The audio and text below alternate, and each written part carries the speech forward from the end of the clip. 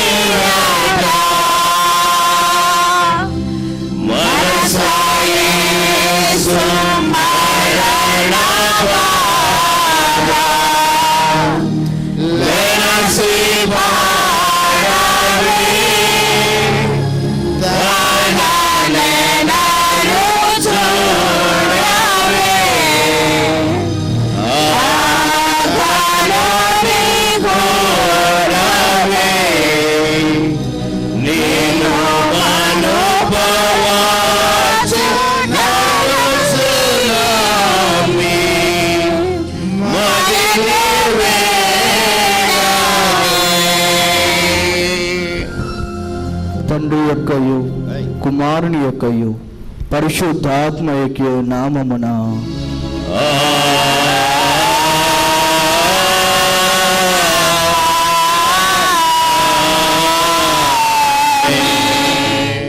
ఓ ప్రభువా, నా పెదవులను తెరవము.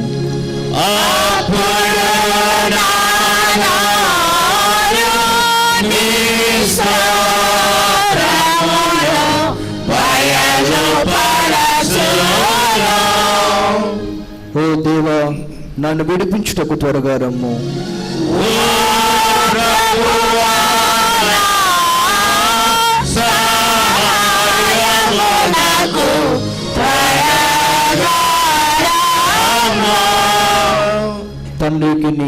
కుమారునికిని పరిశుద్ధాత్మకును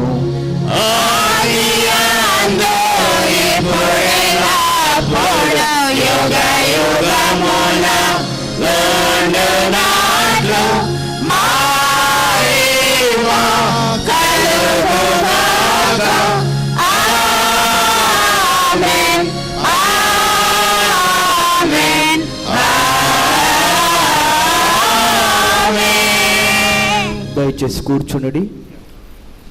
ప్రభునందు ప్రియమైన దేవుని బిడ్డలారా, లెంట్లో 10వ దినం కొరకు ఏర్పాటు చేయబడిన లేఖన భాగాలు చదవగా విన్నాం.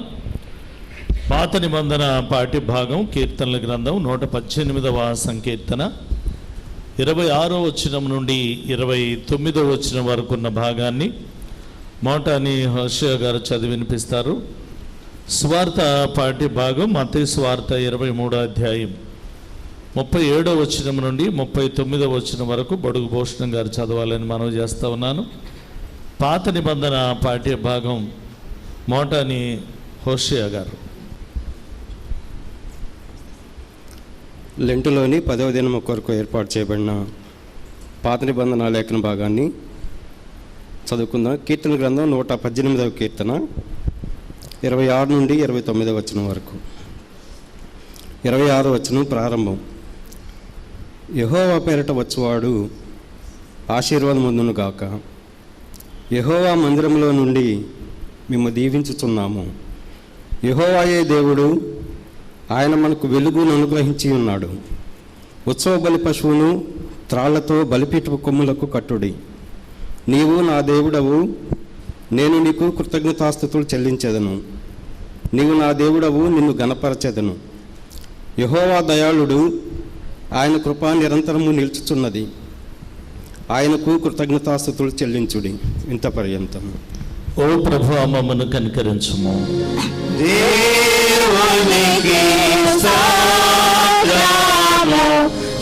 పదో రోజు కోసం ఏర్పాటు చేయబడిన సువార్త పాఠ్య భాగము మత్తయి సువార్త 23వ అధ్యాయము 37వ వచనం నుండి.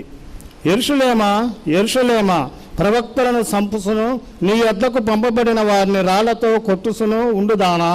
కోడి తన పిల్లలను రెక్కల క్రింది కేలాగు చేర్చుకొనను, అలాగే నేను నీ పిల్లలను ఎన్నో మార్లు చేర్చుకొనవలనని ఇంటిని, కానీ మీరు వెళ్ళకపోతురి. ఇదిగో మీ ఇల్లు మీకు విలువబడి ఉన్నది.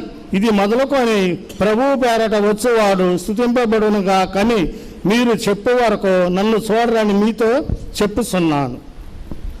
ఓ ప్రభువా, మమ్మను కనికరించుము. సంగమా, దేవుని బిడ్డలారా, ఈరోజు మనకి దైవ సందేశాన్ని అందించేవారు డాక్టర్ ఐ బాబురావు గారు. మారని దేవుని ప్రేమ అనే అంశంతో వారు మనకు దైవ సందేశాన్ని అందిస్తారు. దైవ సందేశంలోనికి వెళ్ళటకు గాను ఇందాక మనం పాడినటువంటి 180వ కీర్తనలో 12 చరణాలు పాడుకొని దైవ సందేశంలోకి వెళదాం. 180.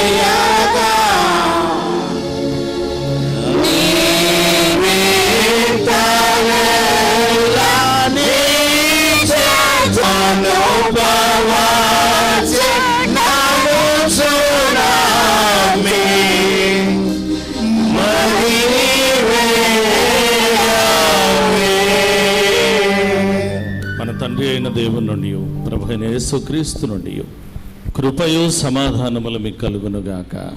ఆమేన్. Praise the Lord. దేవుని యొక్క పరిశుద్ధ నామమునకు మహిమ కలుగును కాక. కూడి వచ్చిన మీ అందరికీ ప్రభు పేరిట శుభములు.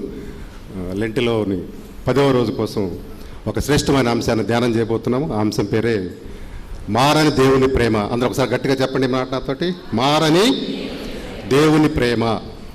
సరే, ఈ మనం బైబిల్ జాగ్రత్తగా పరిశీలన చేస్తే మనకి బైబిల్ అని కాదు, ఇన్ జనరల్గా ఒక 4 రకాల ప్రేమలు మనకు కనిపిస్తూ ఉంటాయి. There are 4 types of loves in the world or in the Bible. మొట్టమొదటి లవ్ ఏంటంటే ఈరోస్ లవ్ అంటారు. ఈరోస్ లవ్ అంటే it is a romantic love between a male and female. దీంట్లో అట్రాక్షన్ ఉంటుంది, డిజైర్ ఉంటుంది, లస్ట్ ఉంటుంది. రెండవది స్టార్జీ లవ్. స్టార్జీ లవ్ అంటే ఇది కుటుంబంలో ఉన్న వ్యక్తుల మధ్య ఉండే ప్రేమ అన్నమాట, between A parents and children. అక్కడ వాళ్ళు ఎవరైతే బంధువులు ఉంటారో వాళ్ళ మధ్య ఉండే ప్రేమ. మూడవ ప్రేమ it is a philia love. ఫిలియా అంటే it is a love between close friends and brothers. సహోదరుల మధ్య కానీ మంచి స్నేహితుల మధ్య ఉండే కానీ ప్రేమని ఫిలియా లవ్ అంటారు. నాలుగవది ఇదే ప్రాముఖ్యమైనది, this is agape love. This is agape love. దీనినే దేవుని ప్రేమ అంటాం. ఈ 3 రకాల ప్రేమలు ఒక రకంగా ఉంటాయి. ఈ 4వ రకమైన ప్రేమ ఏదైతే చెప్పబడిందో దాన్ని అగాపే లవ్ అంటారో అది చాలా ప్రాముఖ్యమైన విషయం. ఎందుకంటే ఈ ప్రేమ ద్వారానే దేవుడు మనకు అనేకమైన ఆశీర్వాదాలు మనకి ఇస్తూ ఉంటాడు. మరి దానికంటే ముందుగా చిన్న ప్రార్థన చేసి మన దేవుని వాక్యం వెళదాం. అందరూ ఒక్క నిమిషం కళ్ళు మూసుకోండి. పరిశుద్ధుడ, ప్రేమగల మా తండ్రి, కృపామయుడ, జీవాధిపతి, ఈ యొక్క లెంటిల 10వ రోజు ప్రభా మీ వాక్యం ధ్యానించడానికి మీ ఇచ్చిన సమయాన్ని బట్టి మీకే స్తుతి స్తోత్రం చెప్తున్నాం. మరి దేవుని ప్రేమ గురించి మాట్లాడబోతున్న ప్రభా, పరిశుద్ధాత్మ తలంపులు బయలుపరుచున్న ప్రభా మంచి వాక్యం చెప్పడానికి సహాయం చేయండి. మరి ఇదిగో తండ్రి ప్రభా, ఈ శ్రమల దినాల్లో ప్రభా మీ వైపు తిరగటానికి సహాయం చేయండి. కన్నీటితోటి, దుఃఖంతోటి, ఉపవాసంతో హృదయపూర్వకంగా మీ వద్దకు వచ్చే భాగ్యం మాకు దయచేయండి. మరి ప్రభా మా వస్త్రములు కాక మా హృదయం చింపుకొని మీ వైపు తిరగటానికి సహాయం చేయండి. మరి ప్రభా ఇదిగో తండ్రి, మరి ప్రతిరోజు ప్రభా మీ యొక్క శిలువ ధ్యానములను మరి ధ్యానం చేయడానికి, మీ శిలువ మీద చేసిన గొప్ప త్యాగాన్ని మరి గుర్తించుకోవడానికి మీరు ఇచ్చిన సమయాన్ని బట్టి మరొకసారి మీకు వందనాలు చెప్తున్నారు. ఇక్కడ చేరిన ప్రతి బిడ్డను మీ కృపచేత బలపరచమని యేసుక్రీస్తు అతి శ్రేష్టమైన నామమున ప్రార్థించి వేడుచున్నాము తండ్రి, ఆమేన్. ప్రియ దేవుని బిడ్డలారా, మరి 3 రకాల ప్రేమలు ఇప్పుడు చెప్పను, కానీ 4వ రకమైన ప్రేమ అదే అగాపే లవ్. దీన్ని డివైన్ లవ్ కూడా అంటూ ఉంటాం. దీనిలో కొన్ని శ్రేష్టమైన అంశాలు మనకు కనిపిస్తూ ఉంటాయి. సమయానుకూలంగా బట్టి ఒక 5 ప్రాముఖ్య విషయాలు మరి మీతో పంచుకోవాలని ఇష్టపడుతున్నాను. అందుకంటే ముందుగా మరి ఈ అవకాశం ఇచ్చిన మన త్రియేక దేవునికి థ్యాంక్స్ చెప్తా ఉన్నాను. అలానే మన పిసిసి కమిటీ మెంబర్స్ ఎవరైతే ఉన్నారో వాళ్ళందరికీ కూడా, ప్రెసిడెంట్, సెక్రటరీ, చైర్మన్ అందరికి కూడా మరొకసారి ప్రేమపూర్వక శుభములు. అలాగే పాస్టర్స్ బృందం ఎవరైతే ఉన్నారో వారందరికి కూడా ప్రేమపూర్వక వందనాలు. మరి ఏడాదికి వచ్చిన మమ్మల్ని దేవుడు దీవించి ఆశీర్వదించును గాక. సో ప్రియ దేవుని బిడ్డలారా, ఈ దైవికమైన ప్రేమ లేకపోతే డివైన్ లవ్ ఏదైతే ఉన్నదో ఇందులో మొట్టమొదటిసారిగా మనం గమనించినట్లయితే ఇది మారని ప్రేమ. It is an unchange love. ఇది మారని ప్రేమ అని బైబిల్ చెప్తా ఉన్నది. విలాప వాక్యాలు 3వ అధ్యాయం 22వ వచనం మనం బైబిల్ గమనించినట్లయితే అక్కడ ఒక మంచి మాట కనిపిస్తుంది. The book of lamentation 3rd chapter 22nd verse. విలాప వాక్యంలో 3వ అధ్యాయం 22వ వచనం. యెహోవా కృపగలవాడు, ఆయన వాత్సల్యత ఎడతెగక నిలుచున్నది కనుక మనము నిర్మూలము కాకున్న వారము. దేవునికి పరిశుద్ధ నామమునకు మహిమ కలుగును గాక. చూడండి, ఆయన వాత్సల్యత, ఇంగ్లీష్లో ఒక మంచి వర్డ్ అక్కడ ఇవ్వబడింది. It is a steadfast love అని అక్కడ ఇలా ట్రాన్స్లేషన్ చెప్తా ఉన్నారు. దేవుని బిడ్డలారా, ఆయన వాత్సల్యము, ఆయన ప్రేమ, ఆయన కనికరము, ఆయన జాలి ఎప్పుడు కూడా ఎడతెగక ఉంటుందంట. ఇంగ్లీష్ ట్రాన్స్లేషన్ చూస్తే is steadfast love never ceases and is mercies are never come to an end. చాలా అద్భుతంగా ఇంగ్లీష్ ట్రాన్స్లేషన్ అక్కడ ఇవ్వడం జరిగింది. మరి దేవుని బిడ్డలారా, మరి ఈ ప్రేమలో, ఈ మారని ప్రేమలో ఎందుకు ఇది మారని ప్రేమ అంటే బైబిల్ చెప్తా ఉన్నది, దేవుడు ప్రేమ స్వరూపి. Is the love of God. ప్రేమ ఆయన మూలంగానే కలుగుతున్నది. ఆదికాండం మనం చూస్తే అక్కడ 1వ అధ్యాయం 27వ వచనం చూస్తే దేవుడు తన స్వరూపం ముందు మానవుని ఏర్పాటు చేసుకున్నాడంట. తన స్వరూపం ముందు మానవుని ఏర్పాటు చేసుకున్నాడు. ఆయనకి ఏ ఆకారం ఉందో మనకు కూడా అదే ఆకారం ఉంటుంది. ఆయనకి ఏ కళ్ళు ఉంటే మనకు కూడా అదే కళ్ళు ఉంటుంది. అందుకే మానవుని పట్ల దేవునికి ఉన్న ఆ ప్రేమ కానీ, తర్వాత ఆ వాత్సల్యత కానీ, ఆ కృప కానీ ఎప్పుడు కూడా మరి అది గొప్పగా మరి బైబిల్ చెప్తా ఉన్నాడు. అందుకే మరి ఈ ప్రేమలో, ఈ మారని ప్రేమలో ఆయన మనల్ని జగత్తు పునాది వేయక ముందే మనల్ని ప్రేమించాడంట. The foundation of the world, జగత్ పునాది వేయక ముందే మనల్ని ప్రేమించి మనల్ని అంతం వరకు ప్రేమిస్తున్నాడంట. అంతం వరకు ప్రేమిస్తున్నాడు అంటే ఈ మధ్యలో అసలు ఇంక ఎలాంటిగా బ్యారికేడ్స్ ఉండవు అన్నమాట. ఆ స్టార్టింగ్ నుంచి ఎండింగ్ దాకా ఆయన అలా కంటిన్యూస్గా మనల్ని ప్రేమిస్తూనే ఉంటాడు. ఇంకా మనం జాగ్రత్తగా పరిశీలన చేస్తే ఈ ప్రేమ దీర్ఘకాలికంగా ఉంటుందంట. అపోస్తలుడైన పౌలు కొరింథీ సంఘానికి రాస్తూ 13వ అధ్యాయంలో చాలా చక్కగా ప్రేమ గురించి చాలా విషయాలు అక్కడ అద్భుతంగా ఆయన వివరించగలిగాడు. మీరు ఇప్పుడు ఖాళీగా ఉంటే వచ్చిన ఆ చాప్టర్ అంతా కూడా జాగ్రత్తగా చదవండి. అనేక విషయాలు పౌలు అక్కడ మనకు గుర్తు చేస్తూ ఉన్నాడు. ఈ ప్రేమ దీర్ఘకాలం ఉంటుందంట. ఈ ప్రేమలో మత్సరం ఉండదంట. ఈ ప్రేమలో డాంబికత్వం ఉండదంట. ఈ ప్రేమలో ఉప్పొంగితనం ఉండదంట. అన్నిటినీ సహించుకునే ప్రేమ, అన్నిటినీ ఓర్చుకునే ప్రేమ. అందుకే అక్కడ పౌలు గారు చెప్తూ ఉంటాడు, చివరికి వచ్చేసి చెప్తా ఉంటాడు, అక్కడ 3 విషయాలు చెప్తూ ఉంటాడు. విశ్వాసం, ప్రేమ, నిరీక్షణ, ఈ మూడింటిలో ప్రేమే శ్రేష్టమైనదని చెప్తూ ఉన్నాడు. దేవునికి పరిశుద్ధ నామమునకు స్తుతి కలుగును గాక. ఎంత శ్రేష్టమైన మాట్లాడు చూడండి. 14వ అధ్యాయం స్టార్టింగ్లో ఒక మాట చెప్తూ ఉంటాడు, ప్రేమ కలిగి ఉండుటకు ప్రయాసపడండి. చూడండి ఎంత శ్రేష్టమైన మాట్లాడు. ఇప్పుడు దేవుని బిడ్డలారా చూడండి ఈ మారని ప్రేమ. ఇర్మియా గ్రంథం 31వ అధ్యాయం 3వ వచనం మనం చూస్తూ ఉంటాం. ఇది శాశ్వతమైన ప్రేమ అని చెప్తూ ఉంటాం. శాశ్వతమైన ప్రేమ. చూడండి, ఇజ్రాయెల్ ప్రజలు 40 సంవత్సరాల పాటు అరణ్య మార్గంలో ప్రయాణం చేస్తున్నప్పుడు దేవుడికి వాళ్ళకి ఎలాంటి ప్రాబ్లం లేకుండా అన్ని విషయాల్లో దేవుడు వాళ్ళని పోషించగలిగాడు. ఆహారం కావాలంటే మన్నాను కురిపించాడు, నీళ్లు కావాలంటే బండ నుంచి నీళ్లు రప్పించాడు. వాళ్ళకి ఎక్కడ కూడా ఏ ఇబ్బంది లేకుండా 40 సంవత్సరాల పాటు వాళ్ళని పోషించాడు. కానీ వీళ్ళు మాత్రం అనేక సార్లు మరి దేవుని మీద తిరుగుబాటు చేయటం జరిగింది.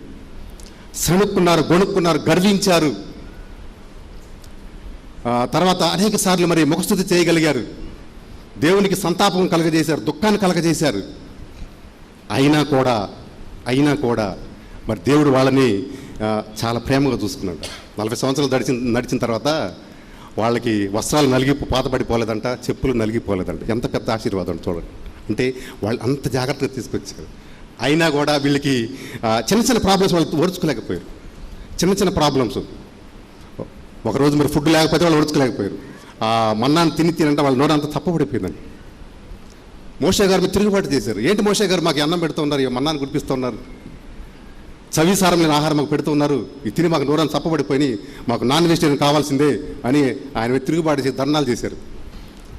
చివరికి మరి దేవుడు వాళ్ళకి పూర్వీకుల రూపంలో నాన్ వెజిటేరియన్ ఏర్పాటు చేస్తే మరి మంచి ఉత్సాహంతో వాళ్ళు తినాలని మరి ఇష్టపడుతున్నప్పుడు దేవుని యొక్క ఉగ్రత వాళ్ళ మీదకి వచ్చేసింది. దేవుని యొక్క ఉగ్రత వాళ్ళ మీద వచ్చేసి అనేక మంది అక్కడ చనిపోయారు. ఎప్పుడైతే ఆ మాంసము వాళ్ళ పళ్ళ సందులో ఉండగానే దేవుని యొక్క ఉగ్రత వచ్చి వాళ్ళ మీదకి వచ్చేసి అనేక మంది చనిపోయారు.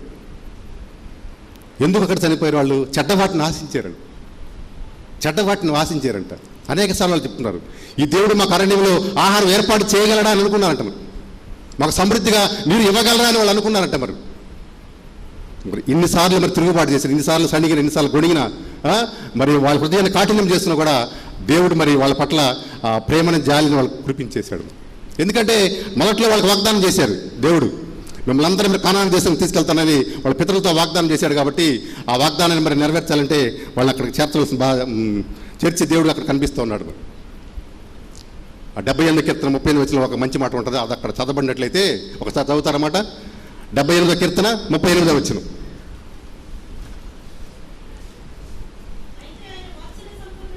అయితే ఆయన వాత్సల్య సంపూర్ణుడై వారిని నశింపజేయక దోషమును పరిహరించువాడు, ఆ ఉగ్రతను ఏమాత్రం రేపుకొనక పలుమార్లు కోపం అణుచుకునేవాడు అంట. ఏందండి చూడు ఎంత దేవుడిలో చూడండి. అసలు ఆ దీర్ఘశాంతము, తర్వాత ఆ కృపాతిశయము, తర్వాత ఆ ప్రేమించే స్వభావము ఎంత ఎక్కువ కనిపిస్తుంది మరి చూడండి. మరి మరి ఎన్నిసార్లు వాళ్ళు తిరుగుబాటు చేసినా కూడా వాళ్ళకి ఏమీ మరి ఇబ్బంది లేకుండా మరి దేవుడు కోప్పడకుండా వాళ్ళందరినీ ప్రేమించి ఆ కనాన దేశానికి వాళ్ళకి తీసుకెళ్ళినట్టుగా లేఖన భాగాలు మనం చూస్తూ ఉన్నాం. ఇప్పుడు ఈ దేవుని బిడ్డలారా చూడండి. మరి ఇందాక మనం మత్తయి సువార్తలో మనం చూసాం అక్కడ మరి 23వ వచనం మనం చూస్తే చివరి వచనాలు చూస్తూ ఉంటున్నాడు. ఆ యెరూషలేము గురించి అక్కడ మరి శ్రేష్టమైన మాటలు చెప్పబడి ఉన్నాయి. మరి తన వద్ద పంపించిన ప్రవక్తలు అనేక మంది చంపేస్తున్నారు. మరి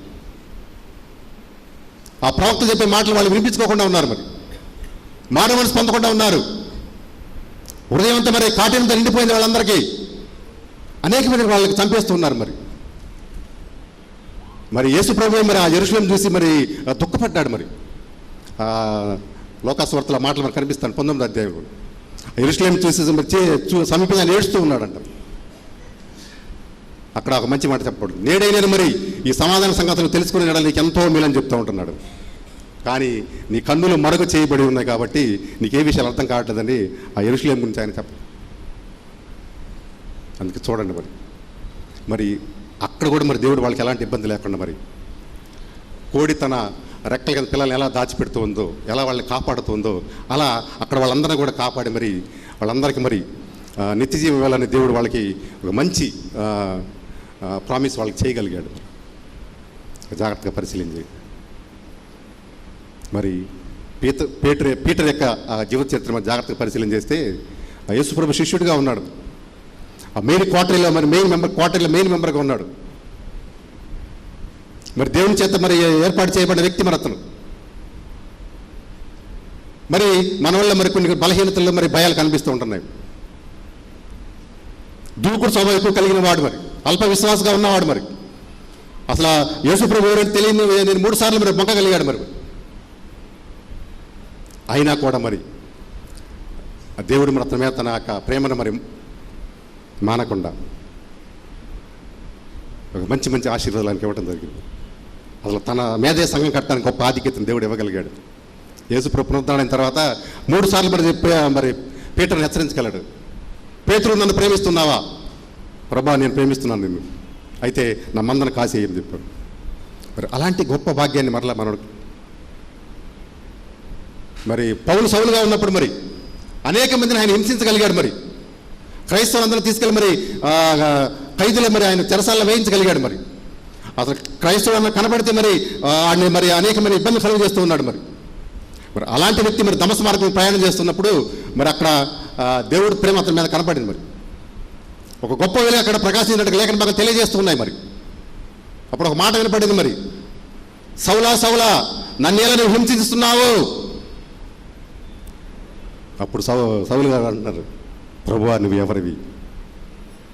నేనే, నువ్వు హింసిస్తున్నా యేసుక్రీస్తున్నా. కళ్ళు మూసుకుపోయింది. మరి వెళ్ళే మార్గం కనపట్టలేదు. మరి ఇప్పుడు చెప్పాడు, నువ్వు వెళ్ళి మరి పట్టణంలోకి వెళ్ళు, మరి నువ్వు చేయవలసిన పనులు అక్కడ చాలా ఉన్నాయని చెప్పిన తర్వాత మరి అననీయ అనే భక్తుని పంపించి అతనికి చూపు రప్పించిన తర్వాత మరి దేవుడు మరి ఒక మంచి సాధనముగా పౌలు గారిని వాడుకున్నట్టుగా మన లేఖన భాగంలో మనం చూస్తూ ఉంటున్నాం.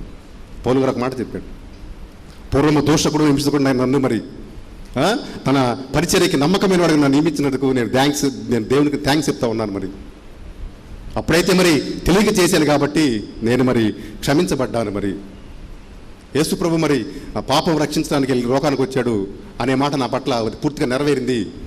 ఆ ప్రధాన పాపి నాకు అది బాగా సూట్ అయిందని అక్కడ ఆయన గుర్తు చేస్తున్నాడు మాటలన్నీ కూడా. ఇలా మనకి చాలామంది మనకి బైబిల్లో కనిపిస్తూ ఉంటారు. మరి తప్పిపోయిన కుమారుడి మీద దేవుడు మరి తండ్రి ఎంత ప్రేమ చూపించాడండి. మరి ఆస్తిని పంచుకొని వేరే దేశం వెళ్ళిన తర్వాత మరి మనవడు చెడ్డ వ్యాపారం చేసి మరి అన్ని పోగొట్టుకుని మరి ఇంట్లో తన ఒక పనివాడిగా ఉండటానికి వచ్చేసాడు. మరి తండ్రి అతని దూరంగా ఉండగానే అతని మీద జాలిపడి కనికరపడి ముద్దు పెట్టుకుని లోనికి ఆహ్వానించి మంచి శ్రేష్టమైన బట్టలు ఇచ్చి మంచి ఉంగరాన్ని ఇచ్చేసి మంచి చెప్పులు తొడిగి లోనికి ఆహ్వానించి మరి ఒక గొప్ప విందు చేయగలిగాడు. ఆ తప్పైన కుమారుడు ఎవడే కాదండి, మనమేనండి. మరి అలాంటి ప్రేమ, మారని ప్రేమ మన తండ్రి మనకి ఇస్తూ ఉన్నాడు. అందరూ గట్టిగా ఒకసారి స్తోత్రం చెప్పండి. ఇది మొదటి ప్రేమ. దీన్నే శాశ్వతమైన ప్రేమ అంటారు, లేకపోతే మారని ప్రేమ అని చెప్తూ ఉంటారు. రెండో ప్రేమ మనం చూస్తే ఇది మరిచిపోలేని ప్రేమ. చెప్పండి, ఇది మరచిపోలేని ప్రేమ. యెషయా గ్రంథము 49 అధ్యాయము 15 వచనం. The book of Isaiah 49 chapter 15th verse. స్త్రీ తన గర్భమును పుట్టినా కరుణింపకుండా తల్లి పిల్లను మరచున వారైనా మరచును కానీ నేను నిన్ను మరువను. దేవుని యొక్క పరిశుద్ధ నామమునకు మహిమ కలుగును గాక. రెండవది, ఈ ప్రేమలో అసలు అది మరిచిపోని ప్రేమ అంటాడు. చూడండి అక్కడ మరి ఎంత శ్రేష్టంగా చెప్పాడు. మరి తల్లి తన కుమార్తెని మర్చిపోతుంది కానీ నేను మాత్రం మేము మర్చిపోనని చెప్తాను. మనకి ఆ తల్లి లాంటి ప్రేమను దేవుడు ఇస్తూ ఉన్నాడు. తల్లి లాంటి ప్రేమ. ఇప్పుడు ఒకసారి యోబు గారి జీవిత చరిత్రను జాగ్రత్త పరిశీలన చేస్తే అనేక విషయాలు మనకు కనిపిస్తూ ఉంటాయి. ఆయన ఊజు దేశంలో ఒక మంచి వ్యక్తిగా ఉన్నాడు. దేవుని పట్ల భయభక్తి కలిగిన వాడు, నీతిమంతుడు, యథార్థవంతుడుగా ఉండి మరి గొప్ప ఆస్తి కలిగిన వ్యక్తి, మరి మంచి ఘనత కలిగిన వ్యక్తిగా మనం చూస్తూ ఉంటాం. ఎప్పుడైతే మరి అన్ని పోగొట్టుకున్నాడో అందరూ కూడా అతనికి అగెనెస్ట్ అయిపోయారు. భార్య పట్టించుకోవట్లేదు, పిల్లలు పట్టించుకోవట్లేదు, ఫ్రెండ్స్ పట్టించుకోవట్లేదు. అందరూ మరి అతనికి దూరంగా పెట్టేశారు అతను. మరి అదే ఆయన మాటలు చెప్తూ ఉంటాడు. మరి 17వ అధ్యాయమో అంతా కూడా ఆ మాటలు ఆయన చెప్తూ ఉంటాడు యోబు గారు. నా ఊపిరి నా భార్యకు అసహ్యం అయిందంట. మరి నా వాసన నా పిల్లలకి గిట్టట్లేదని చెప్తూ ఉంటున్నాడు. నేను నుంచోట కానీ కూర్చోట కానీ వాళ్ళకి ఇష్టం లేదని చెప్తూ ఉంటున్నాడు. నా మీద అనేక మంది దోషాలను వాళ్ళు చేస్తూ ఉన్నా అని చెప్తాను. చివరికి పనివారు కూడా నన్ను పట్టించుకోవటం లేదు, వాళ్ళని బట్టి మాడాల్సి వస్తుందని చెప్పేస్తున్నాడు. చూడండి, ఉన్నప్పుడు మరి అన్నీ ఉన్నప్పుడు అందరూ మరి హ్యాపీగా సంతోషంగా ఆయనతో పాటు ఉన్నారు. ఎప్పుడైతే అన్నీ పోగొట్టుకున్నాడో అందరూ కూడా మరి ఆయనకి అగెనెస్ట్గా అయిపోయారు. మరి భార్య వచ్చేసింది, నీకేం పని పాట ఏం లేదా, ఎందుకు ఇంకా యథార్థత పట్టుకుని ఇంకా మరి అలానే కూర్చొని ఉన్నావు, మరి దేవుని దూషించి మరి మరణం కమ్మని చెప్పేసింది. మరి ఇప్పుడు అంటాడు, పిచ్చిదానా, దేవుడు ఇస్తేనే మనం కనపరచాలా, యెహోవా ఇచ్చాను యెహోవా తీసుకుపోనని అక్కడ దేవునికి అతను థ్యాంక్స్ చెప్పినట్టుగా మన లేఖన భాగాలు మనం చూస్తూ ఉంటున్నాం. తర్వాత మరి దేవుడు అతనికి రెండంతలు మరి మేలు చేసినట్టుగా బైబిల్ చెప్తా ఉన్నారు. ఒకసారి జాగ్రత్తగా పరిశీలించేది. అందరూ మర్చిపోతూ ఉంటారండి, అందరూ మర్చిపోతూ ఉంటారు.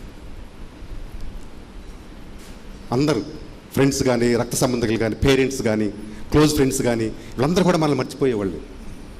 మన దగ్గర డబ్బులు ఉన్నప్పుడు ఒక రకంగా ప్రేమ ఉంటుంది, మన దగ్గర డబ్బులు లేనప్పుడు ఒక రకమైన ప్రేమ కనిపిస్తూ ఉంటారు. మనకి మంచి సమాజంలో మంచి ఫేమ్ అండ్ నేమ్ ఉన్నప్పుడు మనల్ని ఒక రకంగా ప్రేమిస్తూ ఉంటారు. అసలు ఏం లేకపోతే దేవుడు పట్టించుకోకుండా ఉంటారు.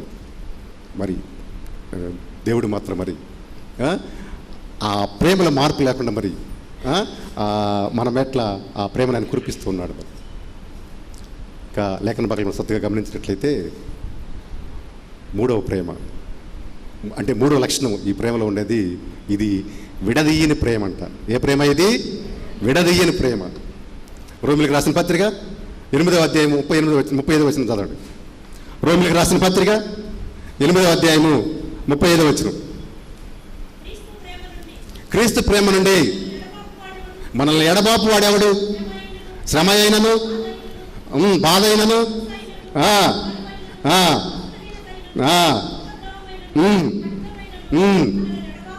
మనల్ని ఎడబాపునా.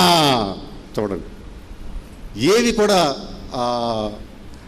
విశ్వాస క్రైస్తవుకి దేవుని ప్రేమ ఏవి కూడా వేరు చేయలేవండి. అక్కడ ఒక 7 విషయాలు అక్కడ చెప్పబడ్డాడు. మరి చెప్పారు పౌలు గారు. వేదన కానీ, శ్రమ కానీ, దుఃఖం కానీ, వస్త్రహీనత కానీ, మరి ఖడ్గము కానీ, ఏవి కూడా మనల్ని వేరు చేయలేవండి. ఏవి కూడా వేరు చేయలేవు. మరి అంతగా దేవుడు మనల్ని ప్రేమిస్తున్నాడు. నిన్ను ఎవరు విడిచిపెట్టినా, నీతో ఎవరు మాట్లాడకపోయినా కానీ దేవుడు మాత్రం ఎప్పుడు కూడా ప్రేమించే దేవుడుగా ఉంటాడు. దేవునికి పరిశుద్ధంలో మనకు మహిమ కలుగును కాదు. ఈ రోజుల్లో మరి ముఖ్యంగా యవనస్తులు మరి ఈ లోక సంబంధమైన ప్రేమను ఎంచుకొని మరి దాని వెంట వాళ్ళు పరిగెడుతూ ఉన్నారు. మరి దాని వెనక ఏమైనా పరిగెడుతున్నారు. పేరెంట్స్ వదిలిపెడుతున్నారు, రిలేటివ్స్ అందరూ వదిలిపెట్టేసి దాని వెంట వాళ్ళు పరిగెడుతూ ఉన్నారు. చివరికి వాళ్ళు ఏం చేస్తూ ఉంటారు, మరి మోసపోతూ ఉన్నారు దాంట్లో. మరి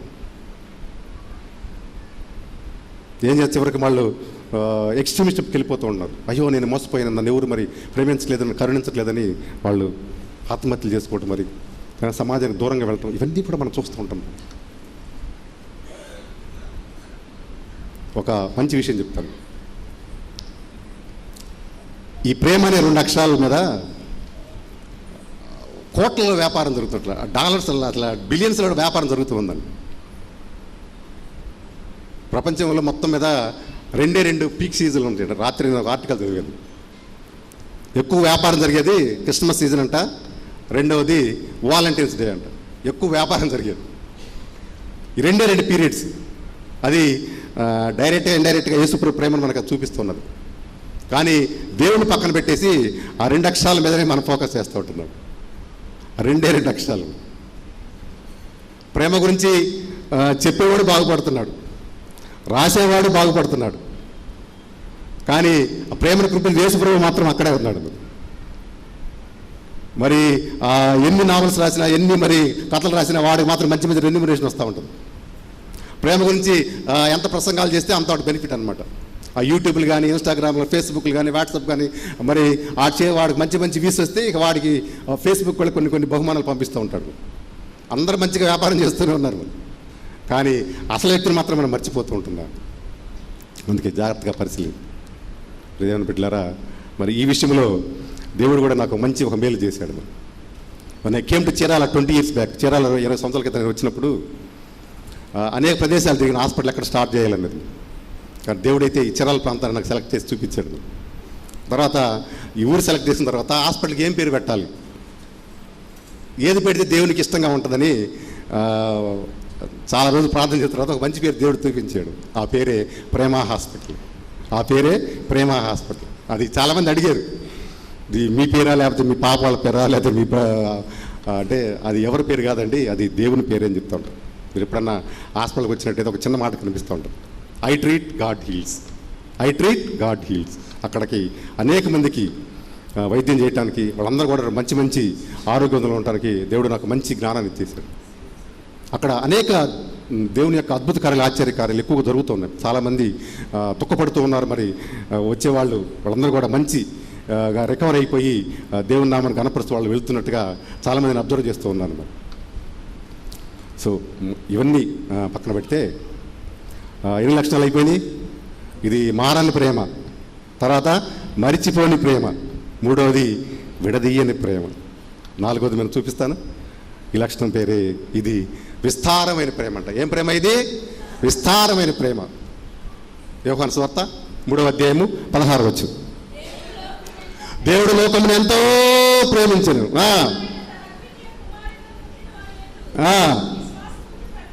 విశ్వాసం నుంచి ప్రతివాడు నశింపక నిత్యజీవం పొందినట్లు ఆయనను అనుగ్రహించిన దేవునికి పరిశుద్ధ నామమునకు స్తుతి కలుగును గాక. చూడండి, అది విస్తారమైన ప్రేమ అండి.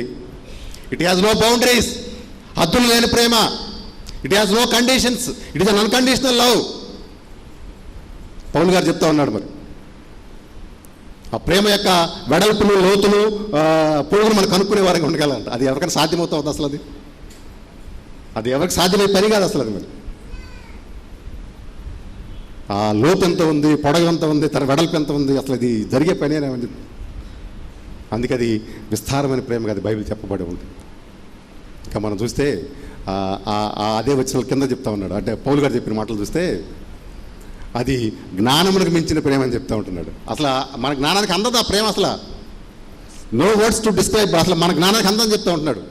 ఒక మంచి కవి గారు చెప్తాడు, దేవుని ప్రేమను రాయాలంటే అసలు సముద్రం అంతా ఇంకు, భూమి మీద ఉన్న చెట్లన్నీ తయారు చేసుకుని ఒక పెన్ను తయారు చేసుకుంటే భూమి మీద ఈ యొక్క భూమి మీద ఉన్న భూమి మీద రాయటానికి ప్లేసెస్ సరిపోదండి. ఆ వాటర్ అంతా కూడా శిరా రూపంలో, చెట్లన్నీ కూడా కలం రూపంలో, భూమి అంతా కూడా మరి పేపర్ రూపంలో రాసినా కూడా ఆ ప్రేమ ఇంకా ఎక్కువ కనిపిస్తూనే ఉంటుంది అనమాట. అంటే అంత ఎక్కువ కనిపిస్తుంది విస్తారమైన ప్రేమ. ఆయన వాత్సల్య పూర్ణుడు, ఆయన కృపాతిశయుడు, ఆయన దీర్ఘశాంతుడు. అంత మాత్రమే కాదు, ఆయన అనుగ్రహ ఐశ్వర్యుడు. అనుగ్రహాన్ని మనకి ఇచ్చే దేవుడు. మరి మహిమైశ్వర్యం గలవాడు. అందుకే మరి పాపాత్మరాలు స్త్రీలు, మరి స్త్రీ యేసుప్రభుని విస్తారంగా ప్రేమించింది అక్కడ. మరి అప్పుడు తన పాపంలోకి క్షమించబడినట్టు లేఖన భాగాలు తెలియజేస్తూ ఉన్నాయి. చూడండి, మరి ఇది విస్తారమైన ప్రేమను బైబిల్ చెప్తా ఉంది. మరి 5వది, ఇది మనకి చాలా ముఖ్యమైనది అనమాట. లక్షణం ఏంటంటే ఇది త్యాగ సహిత ప్రేమ. చెప్పండి, ఇది త్యాగ సహిత ప్రేమ. ఇది త్యాగంతో కూడిన ప్రేమ అన్నమాట. త్యాగంతో కూడిన ప్రేమ. 1 యోహాను పత్రిక 4వ అధ్యాయము 7 నుంచి కొన్ని వచనాలు చదవండి. ఏలయనగా ప్రేమ దేవుని మూలంగా కలుగుతున్నది. ప్రేమించి ప్రతివాడును దేవుని మూలంగా పుట్టినవాడై దేవుని ఎరుగును. దేవుడు ప్రేమ స్వరూపి. ప్రేమ లేనివాడు దేవుని ఎరగడు. ఆయన ద్వారా జీవించినట్లు దేవుడు తన అద్వితీయ కుమారుని లోకములోనికి పంపెను. దీని వలన చాలా చూడండి, అక్కడ ఎన్ని మాటలు చెప్పబడి. దేవుడు మన పట్ల తన ప్రేమను వ్యక్తపరుస్తున్నాడు. ఎలా కనపరుస్తున్నాడు? తన అద్వితీయ కుమారుని, తన ఏకైక కుమారుణ్ణి, తన జనదైక కుమారుణ్ణి మన కోసం పంపిస్తూ ఉన్నాడు. మరి ఈ కుమారుడు ఏం చేస్తున్నాడు? ఆయన మన పాపములకు శాంతికరుడై ఉన్నాడంట. మన పాపములు కాదు, సర్వలోకములకు ఆయన శాంతికరుడై ఉన్నాడంట. మరి ఇది మన కోసం ప్రాణం పెట్టిన ప్రేమ. అది శిలువ మరణానికి అప్పగించుకున్న ప్రేమ. అది వాక్యం చాలా స్పష్టంగా చెప్తా ఉన్నది. మరి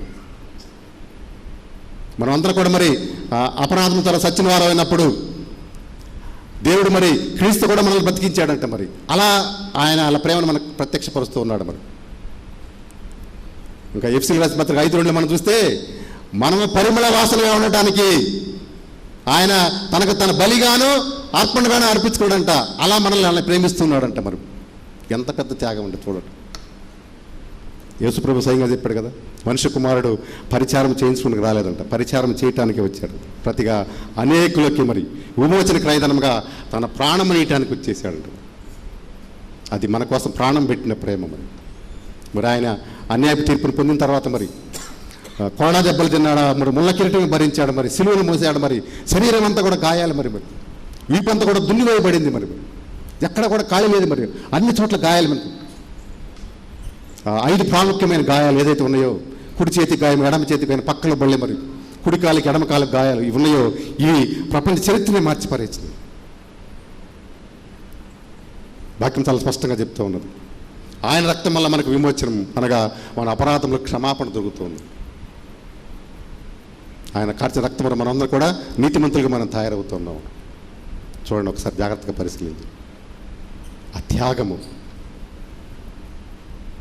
ఆయన మరణిస్తేనే మనకు నిత్య జీవము. ఇందాక మన దేవుడు లోకం ఎంతో ప్రేమించాడు కాబట్టి ఎవరైతే మరి ఆ అద్వితీయ కుమారుని పట్ల మరి విశ్వాసం ఉంచుతాడో వాడు నశింపక నిత్య జీవం పొందేటట్టుగా తన కుమారుడు మనకు పంపించేశాడు. ఆయన వచ్చిన పర్పస్ అది. అందరి పాపం తీసివేయడానికి ప్రత్యక్షమయ్యాడు. మరి ముఖ్యంగా నశించిన వెతికిందా రక్షించడానికి ఆయన వచ్చాడు, మన మధ్యకి వచ్చేసాడు. జాగ్రత్తగా పరిశీలించాడు. ఏవైతే మరి ఈ 5 లక్షణాలు మనకు కనిపిస్తూ ఉంటున్నాయో వీటన్నిటి మరి జాగ్రత్తగా మరి గుర్తుపెట్టుకునే వారంగా ఉండాలి. మొట్టమొదటిసారిగా అది మారని ప్రేమ, అదే శాశ్వతమైన ప్రేమ. రెండవది మరిచిపోని ప్రేమ. మూడవది విడదీయని ప్రేమ. నాలుగవది విస్తారమైన ప్రేమ. ఐదవది త్యాగసహితమైన ప్రేమ. ఇంకా జాగ్రత్తగా పరిశీలన చేస్తే ఆయన మనల్ని ప్రేమించడమే గొప్ప విశేషం అయితే ఆ ప్రేమలోకి కొన్ని ఆశీర్వాదాలు మనకి ఇస్తూ ఉన్నాడు.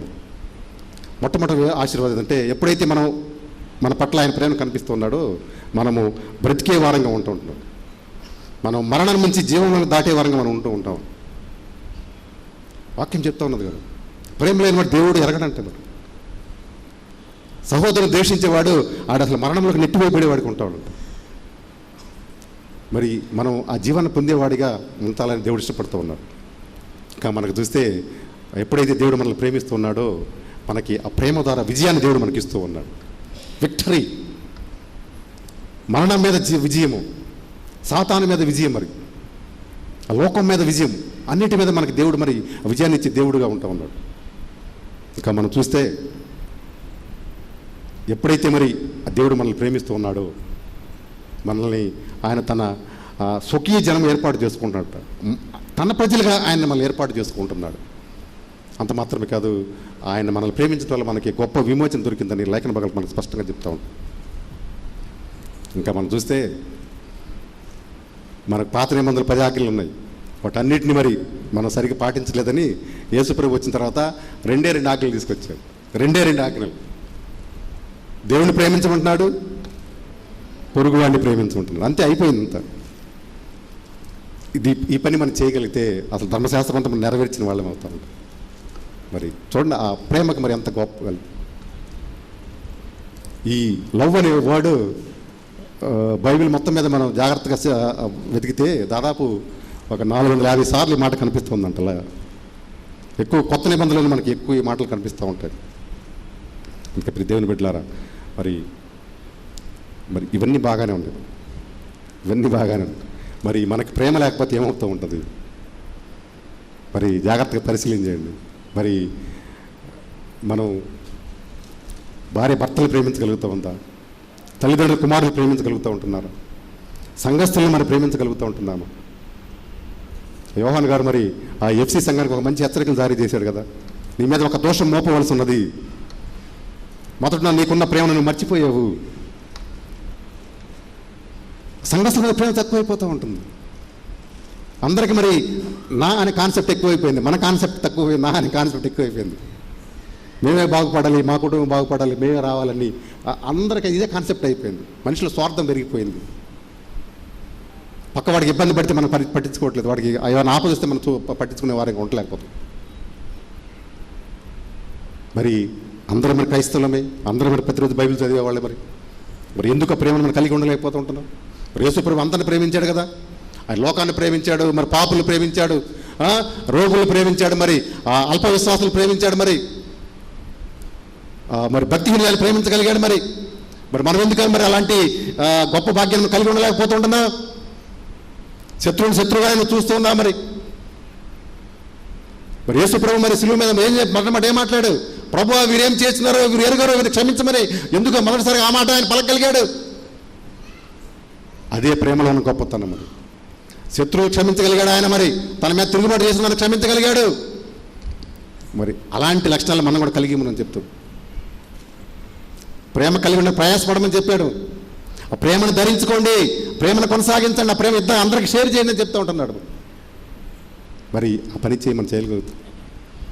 ఎప్పుడైతే మనలో ఆ ప్రేమ కనిపించకుండా ఉంటుందో మనము నథింగ్ అంట, మనమంతా వ్యర్థంగా మిగిలిపోతామని పౌలు గారు చెప్తూ ఉంటున్నాడు. ఆ 13వ అధ్యాయం స్టార్టింగ్లో మనం చూస్తూ ఉంటాం.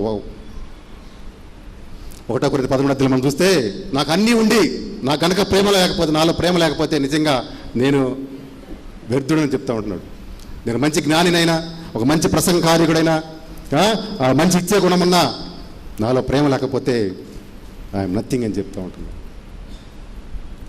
ఇంకా మనం బైబిల్ శ్రద్ధగా గమనించినట్లయితే, ఎవరైతే ఆ ప్రేమ లేకుండా ఉంటాడో వాడు శాపగ్రస్తుడిగా మిగిలిపోతూ ఉంటాడు. మరి ఈ లెంటను ఆచరిస్తున్న మనందరం మరి ప్రేమ లేకుండా మరి నువ్వు శాపగ్రస్తుడిగా మిగిలిపోతూ ఉంటావా? ప్రేమ కలిగి ఉండి మరి ఆయన మార్గాలను అనుసరించేవాడిగా ఉండగలుగుతూ ఉంటావా? ఒక్కసారి పరిశీలించే. ప్రేమ అండి, ప్రేమ చూడండి, శ్రేష్టమైన ప్రేమ కానీ బైబిల్ చెప్తా ఉన్నది. మరి ఎందుకు ఆ ప్రేమను కొనసాగించలేకపోతాం? పౌలు గారు హెచ్చరికలు జారీ చేస్తున్నాడు కదా, మీరు చేస్తున్న ప్రతి పని కూడా ప్రేమతో చేయమని చెప్తూ ఉంటాడు. ప్రతి పనిని సాధ్యమైతే అందరితో ప్రేమ ఉండడానికి ప్రయత్నం చేయగలరు. అందరితో ప్రేమతో. ఈ రోజు నుంచి మనకి ఎవడు శత్రువు లేడు. మరి ఇప్పుడు దాకా నువ్వు ఎవరైతే నువ్వు ఎనిమిగా భావిస్తున్నావు, ఇప్పుడు దాకా ఎవరైతే నువ్వు ద్వేషంగా నువ్వు భావిస్తుంటున్నావు, ఈరోజే ఫోన్ చేయవాడు, మై డియర్ ఫ్రెండ్, నేను ఈరోజు నీతో మాట్లాడదలుచుకున్నాను, నేను నీ పట్ల ఏమన్నా మరి అసభ్యంగా ప్రవర్తిస్తే క్షమించేసేయి. ఈరోజు నుంచి ఇద్దరం కూడా మంచి ఫ్రెండ్స్గా మిగిలిపోతూ ఉంటాం. ఇవన్నీ మనం వేరే వాళ్ళకి మనం నేర్పేవారుగా ఉండాలి. యేసుప్రభు మన అందరినీ అన్నింటి విషయానికి మాదిరికరంగా ఉన్నాడు కదా మనకి. మరి మనం ఎందుకు మరి ఆయన మార్గాన్ని అనుసరించలేకపోతూ ఉంటుందా? ఆయన చెప్పిన మరి ప్రతి ఎందుకు మనం చేయలేకపోతూ ఉంటుందా? మరి వెలుగు లోకంలోకి వస్తుంది, అందరిని వెలిగిస్తూ ఉంది కదా. మరి ఇంకా మనం ఎందుకు చీకట్లో ఉండడానికి ఇష్టపడుతూ ఉంటున్నావు? ఎందుకు ఇంకా మరి ఆ సాతాను క్రియలను చేయగలుగుతూ ఉంటున్నావు? ఈరోజు మరి అందరిని హెచ్చరిస్తూ ఉన్నాడు. నీలో మార్పు రావాలని దేవుడు ఇష్టపడుతూ ఉన్నాడు. అందుకే శ్రమణాలు మనం పాటిస్తున్నాము. హృదయంలో మార్పు రావాలి, మనసులో మార్పు రావాలి, ప్రవర్తనలో మార్పు రావాలి, చూపులో మార్పు రావాలి, క్రియలలో మార్పు రావాలి. మార్పు ఉంటేనే మనకు ఆశీర్వాదం. ఇంకా ఆ చీకట్లో ఉంటాను, ఇంకా లోకంలో ఇంకా పరిగెడుతూ ఉంటాను, అవన్నీ మనం మానేసేయాలి. వాక్యం చెప్తుంది, ఇప్పుడైనా నా వద్దకు రండి. Come to me now, return to me now. ఇప్పుడే this is time for you. నేడే నీకు రక్షణకు అనుకూలమైన దినము. Today your salvation day. మిక్కిలి అనుకూలమైన సమయము. రా, దేవుని మనం సాగిలపడు. కన్నీటితో ప్రార్థన చేయి. దేవా, నేను పాపిని, నన్ను కరుణించయ్యా, మీ రక్తం చేత నన్ను కడిగి వేయమని ఒక్కసారి కన్నీడు దేవుని మొరపెట్టు. ఆయన అందరిని అయితే ఆహ్వానిస్తూ ఉన్నాడు, అందరిని రమ్మన్నాడు, కానీ మనం వెళ్ళలేకపోతూ ఉంటున్నాం మరి. ఎందుకంటే మనకింకా చేయవలసిన చాలా ఉన్నాయి కదా. మరి ఇంకా తిట్టాల్సిన వాళ్ళు, కొట్టాల్సిన వాళ్ళు, పోట్లాడికి చాలామంది మనకు కనిపిస్తూ ఉంటారు. మరి వాటిని కంప్లీట్ చేసుకొని మనం వెళ్ళలేకపోతూ ఉంటున్నాం. మరి ప్రియ సహోదరుడు, మరి ఇప్పుడే రాకడ వస్తే నీ పరిస్థితి ఏంది? మరి నువ్వు ఎత్తబడేవాడిగా ఉంటావా, లేక పరలోక రాజ్యం నువ్వు ఇంకా వెళ్ళేవాడిగా ఉంటాడు, ఇంకా మరి నరకానికి వెళ్ళేవాడిగా ఉంటావు? ఒక్కసారి జాగ్రత్తగా పరిస్థితి ఒక్కసారి ఆలోచించి. ఆ దైవికమైన ప్రేమలో ఇన్ని లక్షణాలు కానీ ఇంకా చాలా ఉన్నాయండి, టైం లేదు. చెప్పాక ఇందాక ఇది ఒక పెద్ద ప్రసంగం. అది జాగ్రత్తగా విత్ ఇన్ టైంలో మరి చెప్పడానికి ఆ దేవుడు ఒక 5 తలంపులు బయలుపరిచాడు. మరి వీటన్నిటి జాగ్రత్తగా మరి గుర్తుపెట్టుకోండి. మరొకసారి మరి ప్రేమతో ఆహ్వానించిన పాస్టర్ గారికి, మరి పిసిసి మెంబర్స్ అందరికీ, ఈ ఆరాధనకు వచ్చిన మిమ్మల్ని అందరినీ దేవుడు దీవించి ఆశీర్వదించాలని కోరుతున్నాను. అందరికీ ప్రేమపూర్వక వందనాలు. దేవుడు మిమ్మల్ని అందరినీ ఆశీర్వదించి దీవించును గాక. సమస్త జ్ఞానములకు మించిన దేవుని సమాధానం యేసుక్రీస్తు వల్ల మీ హృదయములకు తలంపులకు కావలి ఉండును గాక.